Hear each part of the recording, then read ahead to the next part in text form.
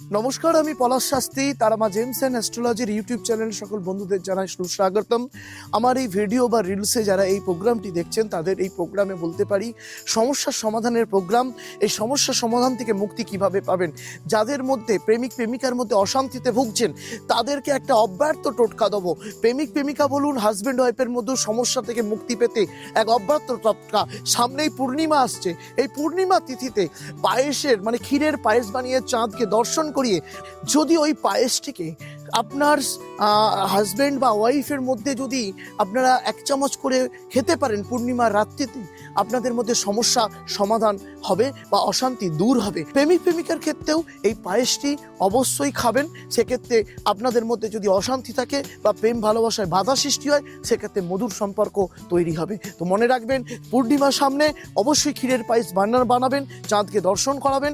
দর্শন করানোর পরে পায়েসটি প্রেমিক প্রেমিকা উভয়ই খাবেন। সমস্যা থেকে তো অবশ্যই মুক্তি পাবেন। আর এই টোটকাটি নিয়মিত করতে থাকুন, ম্যাক্সিমাম 21টি পূর্ণিমা করবেন। অবশ্যই এই থেকে আপনি রেজাল্ট খুব ভালো পাবেন, হাতে হাতে কাজ পাবেন।